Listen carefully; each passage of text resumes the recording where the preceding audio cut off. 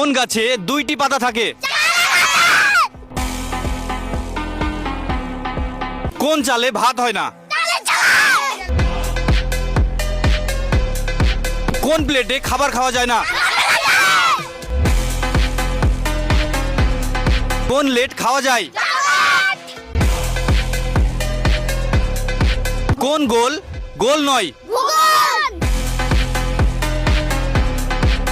কোন স্টোরে কোনো জিনিসপত্র থাকে না? কোন শাড়ি মেয়েরা পরে না?